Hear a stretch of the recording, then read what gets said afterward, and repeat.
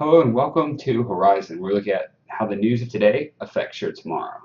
So the first thing we really need to talk about is this whole Office of American Innovation. What is it? Now, it really stems from this idea of Trump trying to drain the swamp, which I think most people would agree. In theory, it sounds nice if we can get rid of Washington bureaucracy. Nothing really gets done there anymore. Now, unfortunately, I don't quite think it's going about in the best way. Obviously, this was tried before by the Clintons during their administration. What they tried to do was have bureaucrats come up with solutions to the problem. Now, I don't think that's perfect. I think they will probably manage to get more done than potentially this administration is. And it really kind of starts from the top. I don't think that Jared Kushner is the best person to lead this. I think this would have been a lot better to bring in someone from the outside. If you want to go with tech and have tech be involved, have someone from the tech community lead it, or potentially as well someone from the business community. And the reason for this is the qualifications and what they want to accomplish will be a lot more laid out and thoughtful versus what you have with Jared Kushner, which it sort of just seems that Donald Trump is anointing him with the position. I think that's clearly a mistake because there's potential conflicts of interest, and it's also very hard to understand if he has a goal in mind or if he's just going to keep working and say there's progress being made. And this idea that someone's going to handle Middle East peace, fight government bureaucracy, and also to handle the opioid epidemic is kind of worrying in the sense of it seems that the Trump administration really is not learning anything from the healthcare debate, which is you really need people who are very specialized in a certain area leading that fight and not stretch people too thin and not kind of beat people over the head. Because I think if you continue to go with the campaign strategy of, oh, we're always at war, you're going to be at a severe disadvantage that I don't really know if they're going to be able to work their way out of. Now, speaking of the campaign, obviously the House Intelligence Committee is really in the news recently. And I think at this point, there's three things that really fundamentally need to be answered. One is what is the role of the Obama administration toward the tail end of the election? Who did they, let's say, spy on? Who did they contact from Russia? What was their perception of the events going forward? Now, to some degree, this has been addressed, but I think a formal report that really breaks down this is what we knew and when, and stop this running around situation, that's key. And then with the two candidates, Trump and Hillary, there's obviously really unresolved issues that you're relying on the firm that's provided security, then there's potential conflicts of interest. Are they the best source? You have issues where the Trump administration meeting with people and then saying that they didn't, and then actually being shown that it did. And I think that really the two main people on the committee right now, Representative Nunes and Schiff, that they both kind of need to recuse themselves and they both kind of need to bring in outside forces because clearly they have an agenda. Nunes clearly wants to find some way to get Trump off the hook and place the blame elsewhere. And I think that vice versa, from the Democratic side, they really want to lay all the blame at Trump's feet. And because of that, I think that you need to have people brought in from the outside, that there can be some sort of degree of impartiality to address this, because neither side is going to get what they want with the current arrangement. They're always going to feel that something was overruled, overlooked, and that I think by bringing in an outside force that's well vetted, that is not necessarily responsible for getting us in this situation, I think is really the only way to resolve it and move it forward and actually know for sure what happened. And sure, you can make an argument that there'll be fake news or facts. That's fine. I think for the majority of people, having something that's concrete and well researched and not, oh, let's hit the headlines will be a lot better. Now, looking overseas, one very interesting that happened this past weekend was the Hong Kong chief executive election. Now, if you haven't followed this, it's not really surprising, but essentially how Hong Kong works is a smaller group of business and community leaders elect someone to the chief executive role, and it's largely influenced by who Beijing wants.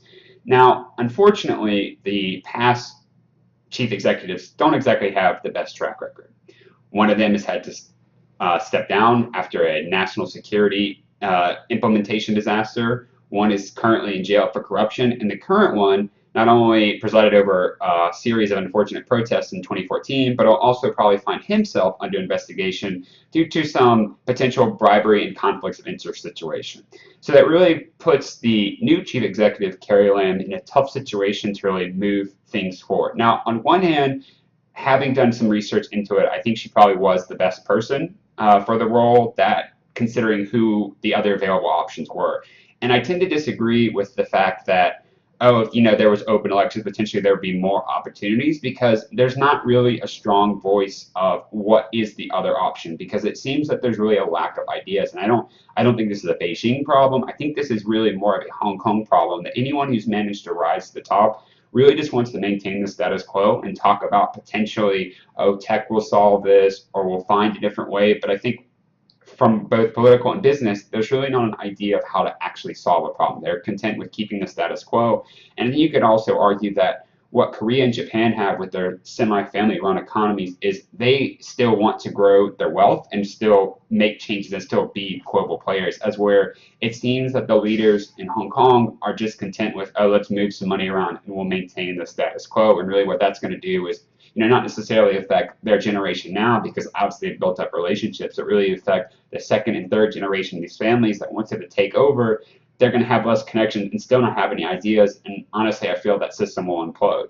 Now, potentially, Carrie Lam could find some new avenue to take that country. I mean, there is this avenue of potentially trying to, explain China to the West and the West to China, which is valuable. But I don't really think that they know how to communicate that message effectively. And therefore, Shenzhen, Hangzhou, these towns or cities that are on the border and are more Western facing, they're going to feel that need that Hong Kong was supposed to, but seems completely ineffective of solving. So it'll be really interesting. Now, looking at tech, I think tech is really still the best focus of the market. Now, this is definitely for entertainment. It's not an endorsement in any ways, but I think that for millennials who are interested in looking at the market or getting involved is for where we are in our stage of life, for being long-term, for being opportunities, there's just a lot of things in other sectors that are very dependent on policy changes, whether it's looking at financials, whether it's looking at industrials. A lot of this, I guess, bullish outlook is dependent on having tax reform, having infrastructure bill, probably having healthcare reform. And if they don't, then potentially they could still grow due to an overall improving economy, but they will grow at a much slower rate than some pundits will predict. Meanwhile, with technology is rapidly changing. There's obviously a huge movement to the cloud, distributing stuff, still converting old systems to more mobile-friendly options, and that's going to really generate a lot more positive returns, and it's a lot less dependent on politics. Now, for the sake of diversifying your portfolio, it's obviously good to look elsewhere. The problem is I really think that if you're trying to grow and even potentially just sit on something, tech really presents your best option, that even though it does trade at a fairly high multiple, that they are kind of pushing the boat forward. They do seem to have ideas. They do seem to have further revenue streams, particularly as they look into newer economies, expand into the Middle East, as you see with Amazon. And I know Facebook is obviously looking into Africa and India. And I think that this just really presents a really nice opportunity for a millennial investor who's looking for something that's growing long term, not just, oh, I'm providing yield and hopefully this will work out. So obviously, it's really unknown, but I think that based off the healthcare debacle, it's very hard to see a lot of concrete stuff being solved and moving forward. Now, the final thing is with the media. You may or may not be aware, but Tommy Lorraine, who was basically Glenn Beck's rising star at The Blaze, has now been formally let go. And I think that really reflects an interesting dynamic on two sides. One is The Blaze, in my opinion, has to be at the end. There's really nothing driving that station forward. There's no real reason to go there. What do they really provide anymore? Obviously, when they had this kind of young, semi-brash conservative voice, that's really a voice that's not being addressed by Fox News. And I think that really presented a very unique outlook, as where now Glenn Beck is just kind of comes off as the poster boy for the status quo. And I think whether you're, let's say you're a normal viewer of that, more traditional conservative or more of the radical Trump voter, I don't really see The Blaze being your source of information. And I think that they're in a really hard spot to define themselves how they go forward. And there's been some articles suggesting that, okay, The Blaze is not just Tommy. And yes, that is true. Obviously, they have other personalities. But I think what is going to happen is a lot of people are going to leave and continue to leave because there's not something that they are getting there they can't get elsewhere. Now, Tommy, on the other hand, I think she is definitely in a very good position, whether that she chooses to launch just her own solo online career. I think that's definitely a valuable option, or go with Fox, or potentially another major news network who is looking to tap into this millennial, younger, possibly just even conservative overall demographic that's not being addressed with current programs. A lot of what you see now is addressing a higher audience or an older audience, and I think she really taps into a younger voice that's not represented in the mainstream media. So it'll be interesting to see. I'll just keep it right here on Horizon Podcast. We'll be updating as we learn more. Have a good one.